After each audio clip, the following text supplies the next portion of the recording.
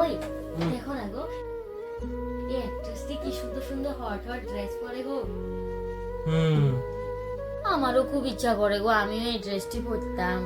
তো পরো না, কে না করছে, ঘরে বাড়িতে পরো। ঘরে না, আমারও ইচ্ছা আমি এই ড্রেসটি পরি বাইরে ঘুরতে যাব।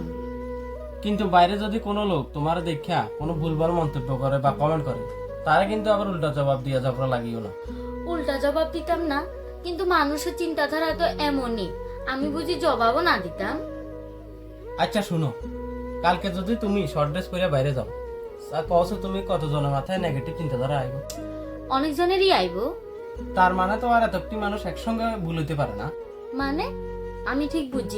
আচ্ছা দাঁড়াও, আমি তোমারে বুঝিয়ে কই। তুমি কি জানো দোকানে তালা কেড়ে লাগায়? কি লিগা?